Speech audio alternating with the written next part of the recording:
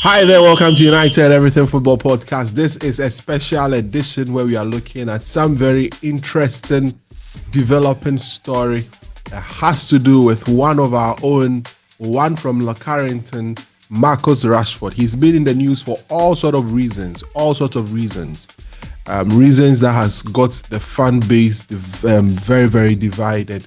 Some want him to stay, some think enough is enough, some think it's time for him to move on, it's good for all parties. But he has dropped a bombshell, some sort of an interview where he has finally opened up by saying that it's probably time for him to seek new challenges.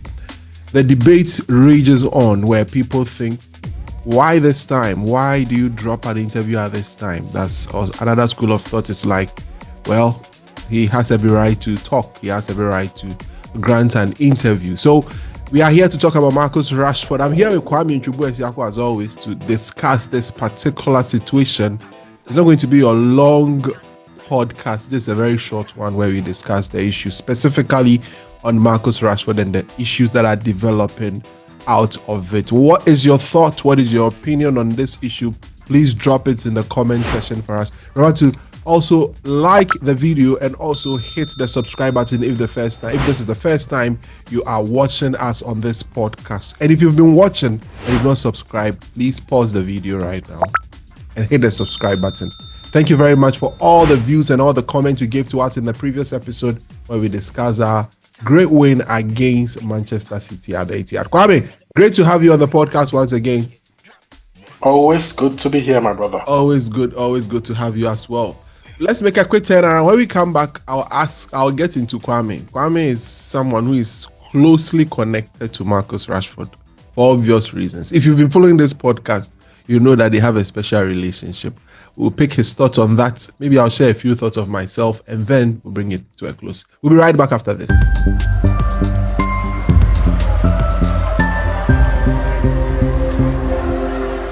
All right, thank you very much. This is United and Everything Football Podcast. Thank you very much for joining us and thank you for always being a part of the podcast with us. Kwame, so this evening from nowhere, I was actually driving home on my way driving and I saw the messages beeping, from various sources, from our Twitter handle. I saw that you had posted it and a lot of comments. I was like, what was really happening? So when I got out of the traffic, I was like, let me pause and see what is happening. Then I read it. Marcus Rashford says that maybe, just maybe, this is the time to move on. He's ready to take on a new challenge.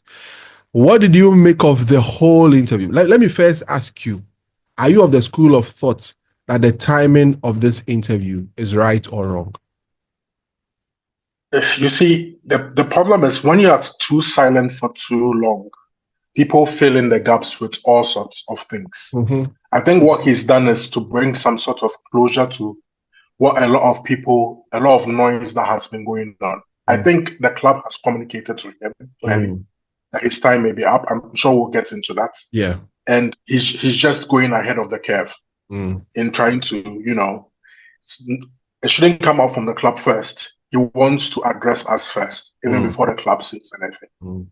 I don't see anything wrong with it. For a lot of fans who have been, bashing Marcus, there's no better word to use, bashing Marcus Rashford for the sort of form that he's been in. Yeah. I'm sure they are, in quotes, glad that he's come out to sort of put some sort of end to this whole circus, as I'll call it.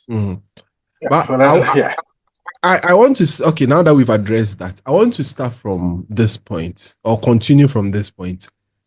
How did we get here? Okay. Let's take a very long trip down memory lane. I started supporting this club in 1999, as just like you myself. also do.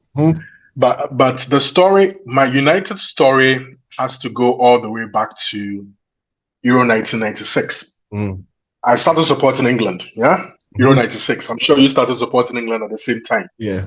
That heartbreaking tournament we had. Gareth Southgate.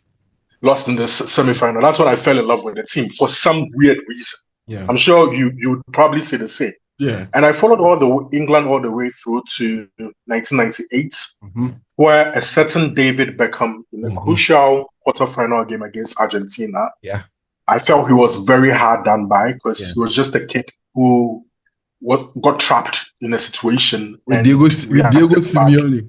With Diego Simeone, and then reacted very badly. Yeah. And back then, my dad used to be one of the very few people in Takrady who had access to cable TV and all those kind of things. So I was privileged in being able to follow such stories. And I saw the kind of backlash he had when he returned back home. The people literally hung him. They said he was the reason why England failed at that World Cup.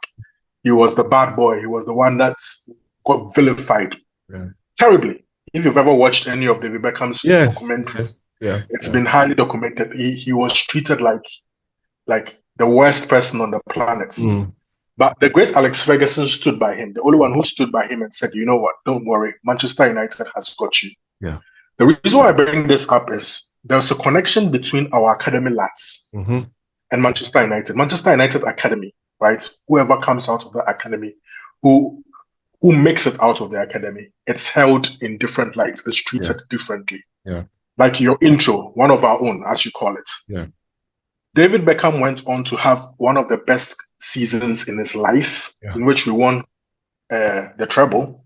And I think he came second in the Ballon d'Or standings in that time. 4 years later, this same Alex Ferguson, who protected David Beckham, said goodbye to David Beckham from the football club, literally forced him out of the football club after he had a spat with him. A lot of things had been going on with David Beckham's private life and all those kind of things, of which the great Alex Ferguson was not happy with. And he felt it had affected him on the football pitch. He got into it in one of the games in the dressing room. A boot was kicked, cut David Beckham on the face, and there was no turning back from that. At the end of the day, the lesson at that point was there is no one bigger than the club. And if there's anybody who challenges the authority of the manager or feels he's bigger than Manchester United, that player should leave.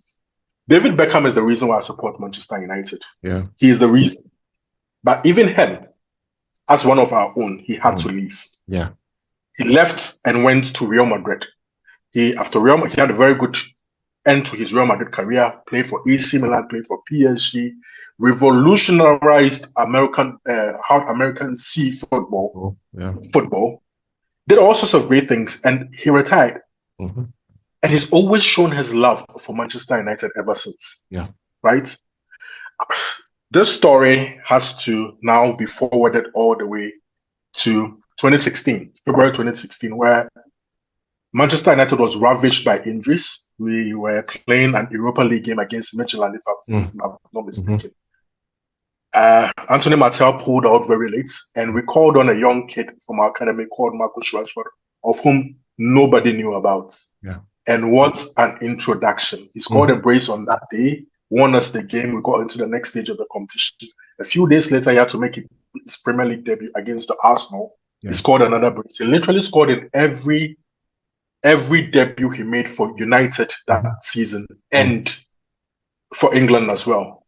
He arrived on the scene like no other. Spectacular.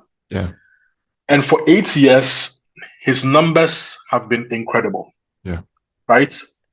If you look at the number of goals he has contributed to this football club, if you add all the players that have played for Manchester United in the Premier League era, including those who came through our academy and those who were signed by the great Alex Ferguson, up until this very day, there are only 5 Manchester United players who have contributed more goals than Marcus Rashford.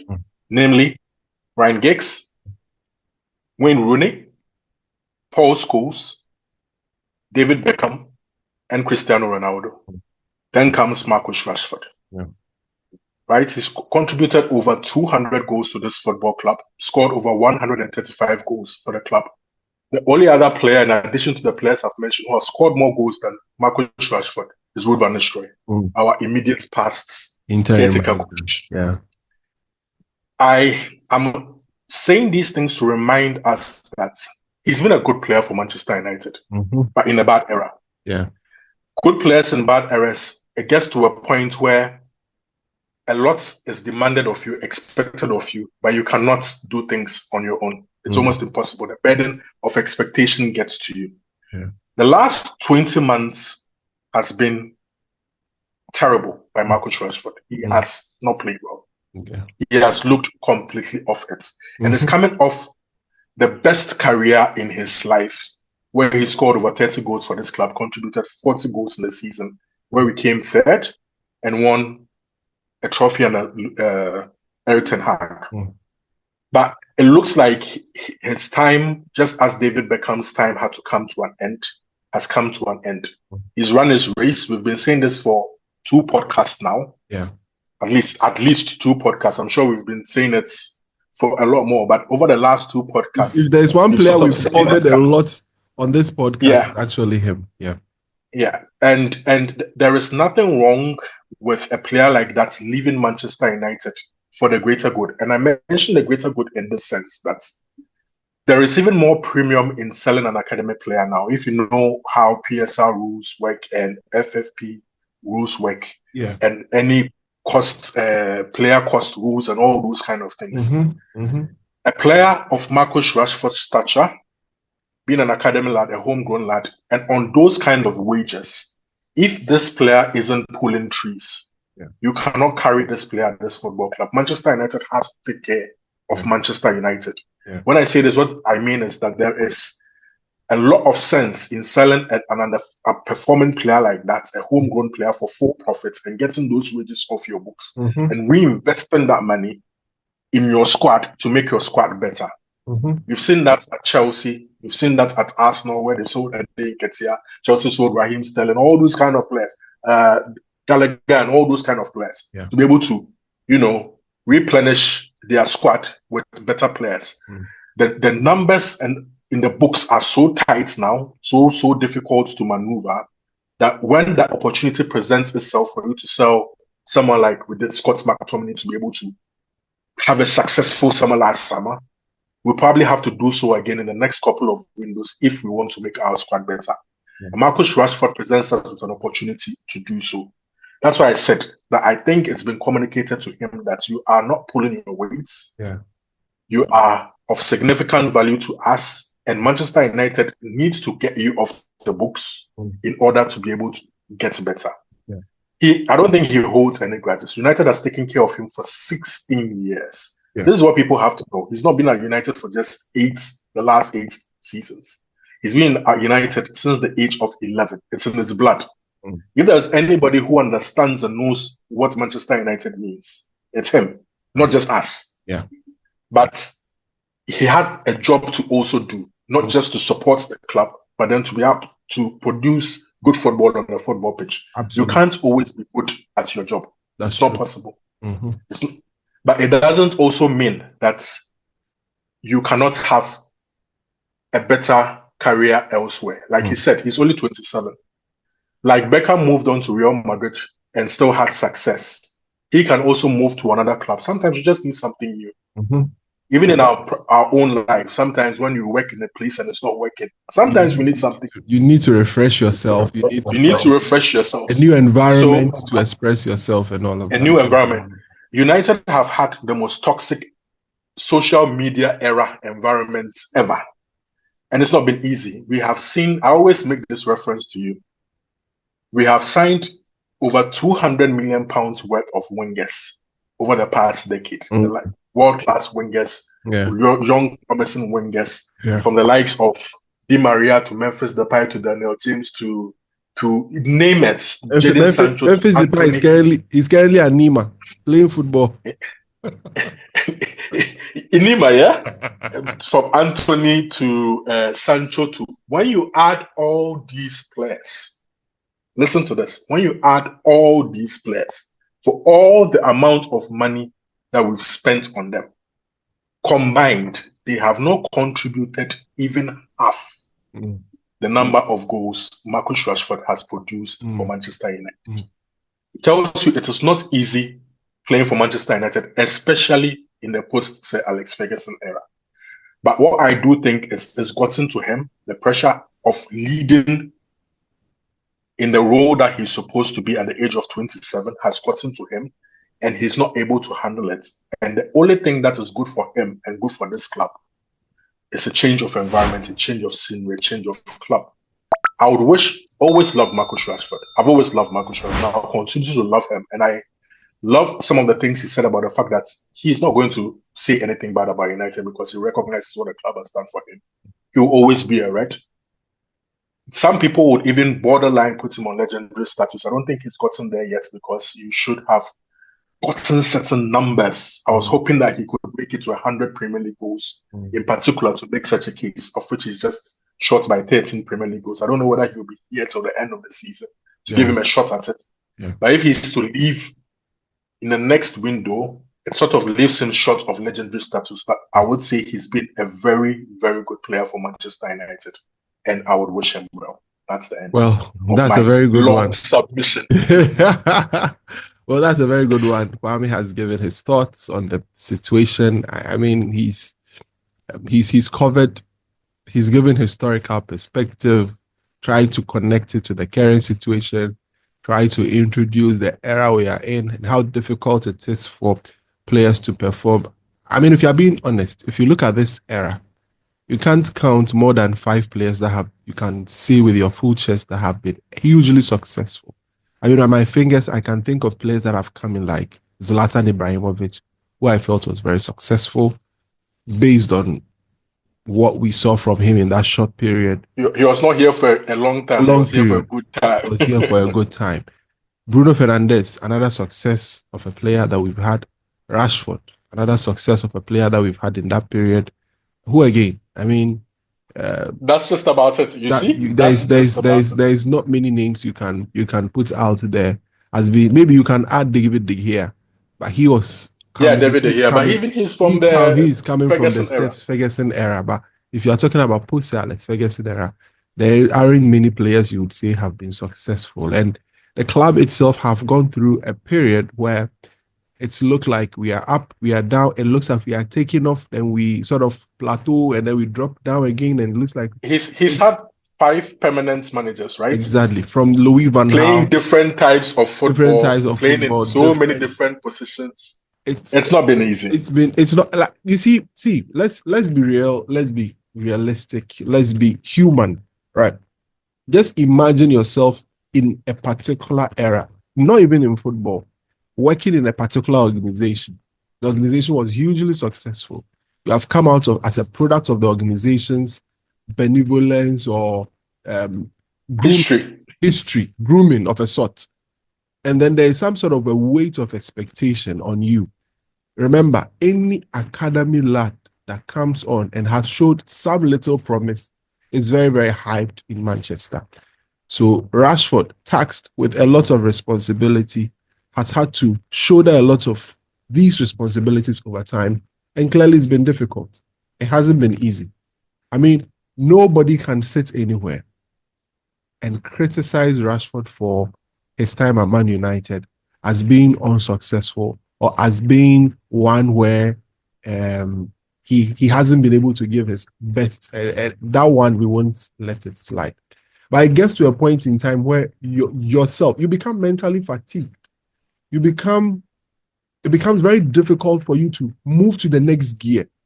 I mean, you lose certain motivation. And I believe mentally Rashford has been down. Mentally, he's gotten to a point where he just can't. He's not had a smile on his face. He's not running hard enough. He's flailing his arms. Exactly. It's almost like he's given up. He's given up. That is what he's done. And we are in an era now where the new owners are getting very, very ruthless. Kwame was here mentioning people that have left under this new owner. The great Sir Alex Ferguson, who was an ambassador. How dare you touch Alex Ferguson? We're debating as to whether he's been sacked or not. The truth is he's been sacked. Right? How dare you tax Alex Ferguson, the greatest of all in the club? He's been asked to leave or vacate the position that he was handling and all the financial benefits that comes with it. Right? Sir Alex Ferguson is gone. Dan Ashworth, as Kwame said, was employed. We had to wait for him for months. He came in, he has been asked to go. So if Rashford also goes, it's another message to the players in Manchester United. That is also another perspective I want to take this from. Yeah. Another huge message, because for whatever reason, we hear Rashford wants to go, Rashford wants to go. There has never been a point where it has been this concrete. There has never been a point where it has been this close to happening than now. What is happening? There is a wind of change blowing at the club where... Huge marker, yeah? Another huge marker. Ruthlessness has taken center stage. As things stands, let me rub this in. Jason Wilcox has been given the power to start another audit of a sort on the players this time around. And it's looking like no player is safe, including Bruno Fernandes. Now, we hear even the young players who we claim are the stars of the future. Future of the club. They are all not safe. And that is a message to everyone. And that is what I think that is a radical approach I think we need. So people don't get comfortable at the club. Can I make a reference to a couple of coaches who made those radical changes? You remember when Pep Guardiola came to City? It's not like of course. That's blah blah blah. Yeah, he wanted to get rid of everybody, even including Aguero. Aguero was the honest that said that's what this way. Relax for him. You're going a bit too far. You're freezing him out. Exactly. But it's all about culture change and resets. Arteta, although he's not been successful and is now counting community shields as trophies. What he did to get Arsenal competing for titles was a complete culture change. That's true. His captain, Aubameyang, actually won him his only proper trophy at the club. He got him out of the club. He got rid of him the next just to usher in the new wind of change. Yeah. Out with the old. Sometimes you just have to get rid of the old to offer everybody a fresh start, or a whole new perspective. And I think that is where this Manchester United has gotten to. And this cooling of the squad wouldn't end with somebody like Rashford. Somebody like Shaw has even been at the club longer than Marcus Rashford. Yes. I think his time is also up. There are a few more like that who would hear very soon that their time will be up at the football club. It's just that Marcus Rashford is the most high-profile one, being amongst them. 10 now. Our most successful academic products post Alex Ferguson. Absolutely, our successful. So that's where we are right now. There's a wind of change blowing, and these players are getting to know of it. Like Kwame rightly said, I'm also of the strongest conviction that Marcus Rashford has been told that he is up for sale, probably as early as this January, or if possible, at the end of the season. And I'm sure the club knows exactly what it's all about, and they are trying their very best to get some of these things done as quickly as possible. So for me, I think it's the right time for Marcus to move on. It's the right time. The other thing now is, Kwame, we have to replace players properly. You remember I mentioned the 200, 300 million pounds of players we've signed, and none of them have been better than Marcus Rashford. Of course, we have to. This time, when we go into the markets, let's just make sure we finally get our signings right. Over the past 12 months, what it means is within 12 months, we're going to get rid of players like Sancho, Mason Greenwood, Pellistri, Marcus Rashford, possibly Anthony Dos Santos. Yeah. So what it means is that you are getting rid of a lot of players, a lot of big players who should be playing big roles in your club, right? Yeah. On high wages. What it means is you're going to get room to bring in players, but you have to bring in the right players who will make an immediate, instant impact, and who would show something better than the players that you are getting rid of. That's absolutely. It's very important. We have to get them right. It's so important. So that is where we stand here with Marcus Rashford now. So we don't know what's going to happen now, but it looks, from the way he is speaking, from the tone with which he's using, it clearly shows that this is probably the end of the road. It looks like it is getting very, very close for us to lose Marcus Rashford as early as this winter window, or latest by the summer window. Marcus Rashford will be gone. So Kwame is right. We have to replace very, very, very well. If he's able to go from the financial perspective, it frees up a lot in terms of wages and also in terms of transfer fees that comes into the club. There are other names that are likely to leave the club, likes of Casemiro and all of that. I'm sure we'll find a way, a compromise to get all of them out of the wages. And then Wilcox can be asked or has been tasked to lead the new transfers that will be happening. Remember, he brought in Ugarte, a player who we think is quite settling at the moment at the club. We'll see what he has to do when he takes over. And we've seen how close he's bonding with the coach and then the chief executive officer. It looks as if we are having our own Farian Soriano Chigi Begistan Pep moment, because you know how close Soriano and then Begistan were, and they engineered the bringing of Pep. You know how Omar Barada and Wilcox are, and they were the mastermind in bringing Amorim. We'll see how this particular one translates and how they are able to help us. But this is it on Marcus Rashford. Akwan, before we go, I want us to talk quickly about Alejandro Garnacho. He's won the Puskás Award for the best goal. He is also another player who is also in the thick of affairs with all sorts of issues hanging around his neck, having to do with player leaks and all of that. That has to, as it stands now, it's being told that it's not too clear whether the leaks have been coming from players. It's not too clear. No one can conclusively say. In fact, Samuel Lakest, who actually broke the last leak, which came, that was a whole almost 24 hours before the game, has said that it didn't come from a player or a relative. It didn't come directly from a player or someone related to the player. All right. So basically, that is where we start. But Kwame, Puskás Award for Alejandro Garnacho. Let's wrap it up with that. Wholeheartedly deserved. From the moment that ball left his foot, we all knew he had won that award. We all knew. You remember Sicho was raving about it on the podcast. I remember so well. Yeah. The moment it left his foot and went into the top corner, we said, "Oh, there, that's the Puskás Forget Award. about everybody. It doesn't matter if you dribble from the goal, your pole to the other pole. And you know, it's a voting award, and exactly. So you know how it works, marketing and everything. Wholeheartedly. See, the thing is, that boy is going on this whole, he loves Ronaldo, he adores Ronaldo, Ronaldo is his idol. Yeah. And he's taking a lot from him. Yeah. Ronaldo was the last Manchester United player, probably the first player to win a Puskás Award, and the last Manchester United player to ever do so. Yeah. And guess who that's next? It's Alejandro Garnacho. Yeah. If he ever loved Ronaldo more, then he even loves him more. He's the perfect idol to choose from. But what I want to see from the boy is the same hard work that Cristiano Ronaldo showed for Manchester United. Yeah. He should continue on that trajectory. You are always going to get criticized. Yeah. You play for Manchester United. Ronaldo got criticized. I used to criticize Ronaldo for stupid step overs. I used to break bounds at Infantine's pool and go to UCC to watch Ronaldo just to curse him. Now, why is this guy wasting all the time doing absolutely nothing? Yeah. And Giggs is sitting on the bench. Yeah. I never understood it.